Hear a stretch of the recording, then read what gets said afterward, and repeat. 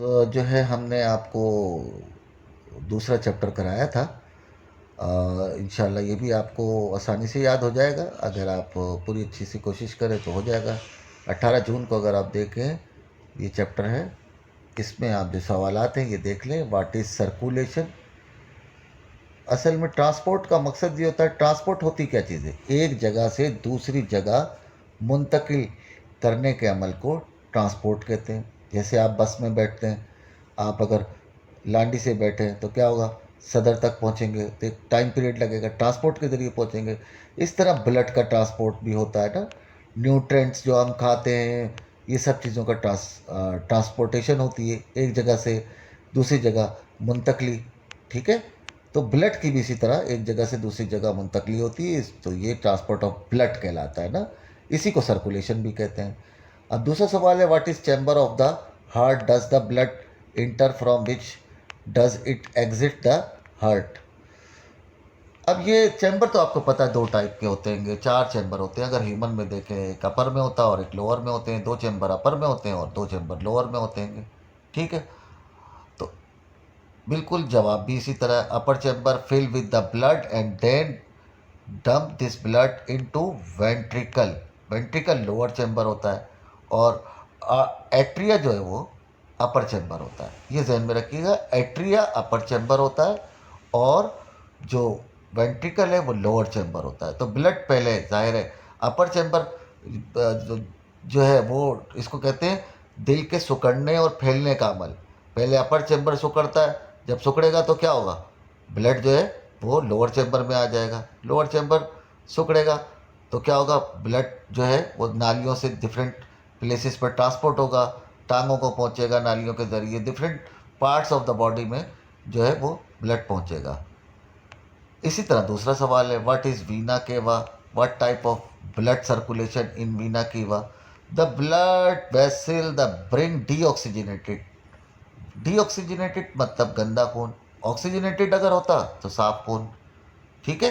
तो ये ब्लड का डीऑक्सीजनेटेड फूल किस तरह जो है वो सर्कुलेट करता है उसमें ये बताया हुआ है। ठीक है। चौथा सवाल तो बहुत ही आसान है, which chamber of the heart does the blood enter first, where does the blood go after passing through that chamber, what is the name of the valve of separate the these chamber, why is the valve necessary.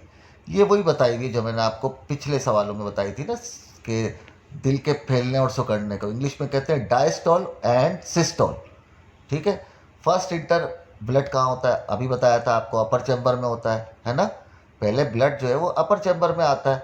इसके example इस तरह है कि आप एक balloon लो और balloon को आप उसमें पानी भरो, और अगर आप वो उस बलून को आधा से पकड़ के उसको दबाओगे तो क्या होगा, ऊपर वाला जो होगा वो दब जाएगा और पानी ज़्यादा से ज़्यादा नीचे के हिस्से में आ जाएगा, नीचे के दबाओगे तो ऊपर वाले हिस्से में आ जाएगा।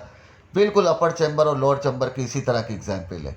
तो अपर चैम्बर में जब ब्लड आता है वो सिकुड़ता है, यानी डायस्टोल होता है या सिस्टोल होता है, तो वो क्या होता है, लोअर चैम्बर में ब्लड आ जाता है। और बहुत फिर जो लोअर चैम्बर है यानी वेंट्रिकल है वो जब सिकुड़ता है तो जिसम ब्लड जो है जिसम के मुख्तलिफ हिस्सों की नालियों में पहुंचना शुरू हो जाता है। ठीक है। अब आ जाए, what is the pulmonary vein. Pulmonary का जब भी नाम आए समझ लेना कि फेफड़ों यानी लंग्स का नाम आता है। पल्मोनरी वेन हो या आर्टरी हो, इसका ताल्लुक लंग्स से होता है। तो पल्मोनरी वेन क्या करती है, कैरी ऑक्सीजनेटेड ब्लड, यानी ऑक्सीजनेटेड ब्लड जो है यानी साफ खून जो है ना वो लंग्स में, from the lungs into the heart. ठीक है। ये हो गया आपका ये वाला सवाल। अब आ जाइए वही जो कि खाली जगह वगैरह होती है ना, डिस्क्राइब ट्रांसपोर्ट से। अच्छा, प्लांट का भी आ जाइए, देख लीजिए प्लांट के भी कुछ हैं सवालात। इसमें आपको मिलेगा, what is the function of left ventricle. ये तो मैंने आपको बता दिया, पंप होता है, पंप के ज़रिए जो है ना वो लंग्स के डिफरेंट हिस्सों तक पहुंचता है, ये बता दिया था मैंने आपको भी। दो तीन सवाल बिल्कुल मिलते जुलते हैं, what type of tissue the heart composed of, how is tissue oxygenated and supplied with nutrients। Nutrients क्या होते हैं पता है ना आपको, न्यूट्रेंट्स जो है फूड से जो हमें कंपोनेंट मिलते हैं, ग़िज़ाई अज्जा जो मिलते हैं जो कि हमारी बॉडी को जिसकी ज़रूरत होती है वो न्यूट्रेंट कहलाते हैं। तो अल्टीमेटली ट्रांसपोर्ट न्यूट्रेंट का भी होता है। तो इसी तरह पंप के ज़रिए ब्लड जाता है। पहले तो सारे न्यूट्रिएंट जो है वो ब्लड में ही शामिल होते हैं ना। अगर आप कोई ग़िज़ा खाते हैं, डाइजेस्ट करते हैं, फेफड़ों में बारीक होती है, होते होते होते ब्लड बन जाती है, और पानी की तरह बन जाती है, और पानी की तरह बन के ब्लड में शामिल हो जाती है। तो ब्लड में जब शामिल होती है तो हमें एनर्जी भी मिलती है, कि हमने पिछले चैप्टर में पढ़ा भी था। ठीक है, तो इस तरह ये भी याद हो जाएगा। What is detailed note of transpiration?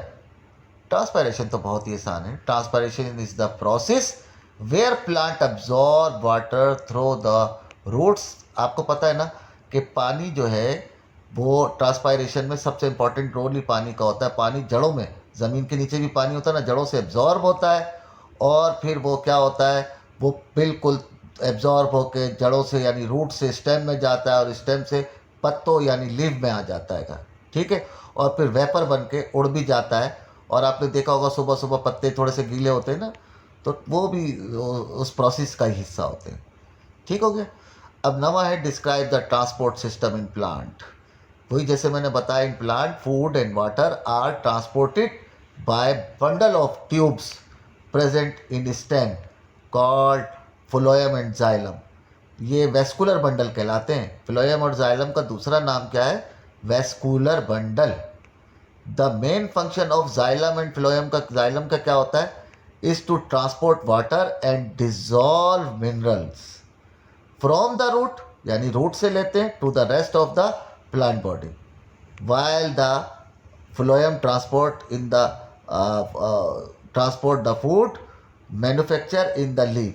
यानी जाइलम और फ्लोएम में जाइलम पानी को लेता है, वाटर को लेता है, ट्रांसपोर्ट करता है, पत्तों तक पहुंचाता है, और फ्लोएम जो है वो फूड को लेता है, यानी फूड की फोटोसिंथेसिस के अमल को बनने में मदद देता है। ठीक हो गया। उसके बाद आप वही खाली जगह वगैरह उम्मीद है आप कर लेंगे। ओके जी, अल्लाह हाफिज़।